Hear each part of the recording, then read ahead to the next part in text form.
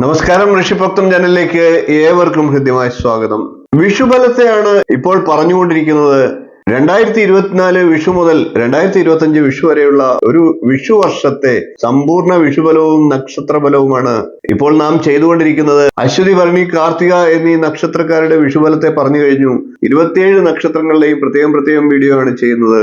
നമുക്ക് ഇന്നതിന്റെ തുടർച്ചയായിട്ട് രോഹിണി നക്ഷത്രക്കാരുടെ പുതിയ വിഷു വർഷത്തെ സമ്പൂർണ്ണ ഫലത്തെ നമുക്ക് പരിശോധിക്കാം. വീഡിയോയിലേക്ക് കടക്കുന്നതിന് മുമ്പ് ചാനൽ ഇതുവരെ സബ്സ്ക്രൈബ് ചെയ്യാത്തവരാണെങ്കിൽ ഒന്ന് സബ്സ്ക്രൈബ് ചെയ്യുക എന്ന് അഭ്യർത്ഥിക്കുകയാണ്. അതോടൊപ്പം തൊട്ടടുത്തുള്ള ബെൽ ബട്ടണിൽ മുകളിലുള്ള ഓൾ എന്ന ബട്ടൺ കൂടി ഒന്ന് സെലക്ട് ചെയ്ത് വെക്കുക.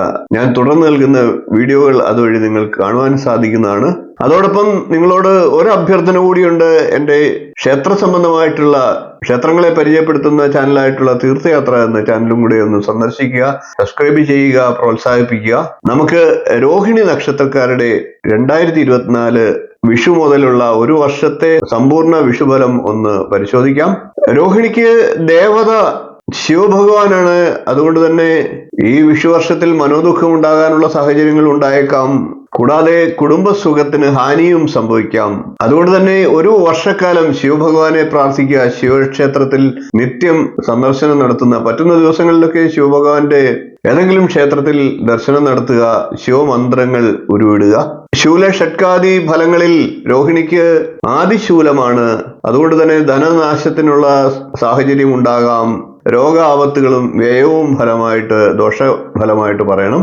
ഇനി നമുക്ക് ഗ്രഹസ്ഥിതി പ്രകാരമുള്ള വരുന്ന ഒരു വിഷു വർഷത്തെ സമ്പൂർണ്ണ നക്ഷത്ര ഫലവും കൂടെ പരിശോധിക്കാം. രോഹിണി നക്ഷത്രക്കാരെ സംബന്ധിച്ച് നക്ഷത്രഫല പ്രകാരം മാനസികമായിട്ടുള്ള സന്തോഷം വർദ്ധിക്കുന്നതാണ്.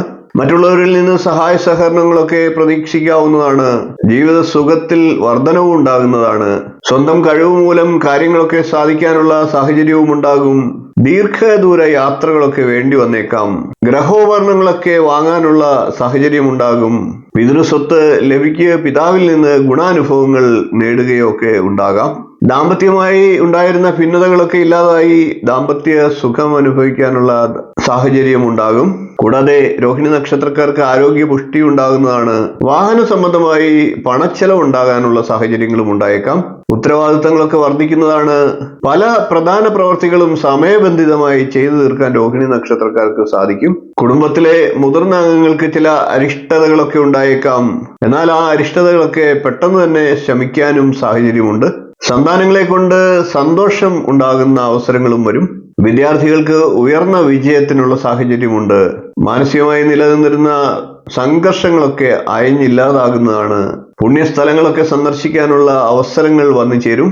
സഹോദരങ്ങൾക്ക് വേണ്ടി പണം ചെലവഴിക്കേണ്ട സാഹചര്യങ്ങളും വന്നു ചേരാം. ശൂല ഷട്കാദി ഫലങ്ങളും ദേവതാഫലവും നക്ഷത്രഫലവും തമ്മിൽ വൈപരീത്യമുണ്ട്. അതുകൊണ്ട് തന്നെ അത്തരം ഫലങ്ങളൊക്കെ സമ്മിശ്രമായിട്ട് കരുതേണ്ടിയിരിക്കുന്നു. ഒരേപോലെ തന്നെ ധനലാഭവും ഒരു പക്ഷേ ചില കാര്യങ്ങൾക്കുണ്ടായേക്കാം, അതേപോലെ തന്നെ ധനനഷ്ടവും ഉണ്ടായേക്കാം. അപ്പോൾ അങ്ങനെ വരുമ്പോൾ ദോഷങ്ങൾ ഉണ്ടാകാതിരിക്കാനായിട്ട് ശ്രദ്ധിക്കുക, ശിവഭഗവാനെ പ്രാർത്ഥിക്കുക. എല്ലാ രോഹിണി നക്ഷത്രക്കാർക്കും നല്ലൊരു വിഷുവർഷമാകട്ടെ വരുന്നത് എന്ന് പ്രാർത്ഥിച്ചുകൊണ്ട് ഇന്നത്തെ വീഡിയോ ഞാൻ നിർത്തുകയാണ്. നേരത്തെ പറഞ്ഞതുപോലെ വീഡിയോ ഇഷ്ടപ്പെട്ടുവെങ്കിൽ ഒന്ന് ലൈക്ക് ചെയ്യുക, ഷെയർ ചെയ്ത് മറ്റുള്ളവർക്കും ഈ അറിവ് നൽകുക. ചാനൽ ഒന്ന് സബ്സ്ക്രൈബ് ചെയ്തേക്കുക. നിങ്ങളുടെ അഭിപ്രായം കമന്റായിട്ട് അറിയിക്കുക. മറക്കാതെ എൻ്റെ തീർത്ഥയാത്ര എന്ന ചാനൽ കൂടി ഒന്ന് സപ്പോർട്ട് ചെയ്യുക. അടുത്ത ദിവസം നമുക്ക് മകയിര നക്ഷത്രക്കാരുടെ വിഷുഫലവുമായി കാണാം. നന്ദി, നമസ്കാരം, ശുഭദിനം.